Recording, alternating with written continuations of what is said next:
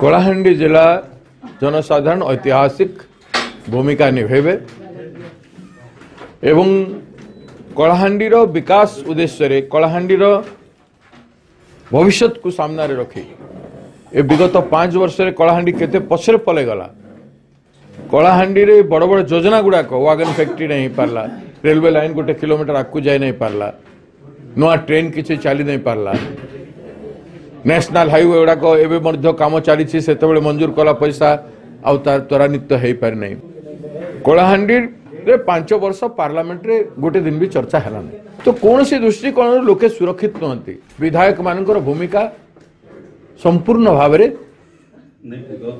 अकर्मण्य। लोक कांग्रेस को ग्रहण करेंगे, निश्चित भाव में कांग्रेस को ग्रहण करेंगे और कांग्रेस 7 ରୁ 7टा सीट पार्लियामेंट रे जीती 2000। प्रथम तो माननीय मुख्यमंत्री नवीन पट्टनायक को मोर कृतज्ञता जनइबी मते कलाहांडी संसदीय क्षेत्र लोकसभा प्रार्थी भाव में मनोनीत करिथिबारु उभय कलाहांडी एवं नुआपड़ावासी को मोर अनुरोध करी जे मु विगत दिन में माननीय मुख्यमंत्री आशीर्वाद रु मु 3 थर धर्मगढ़ निर्वाचन मंडल विधायक भाव में थी। मते माननीय मुख्यमंत्री 2 थर सुजोग देते मंत्रिमंडल रे स्थान पाई।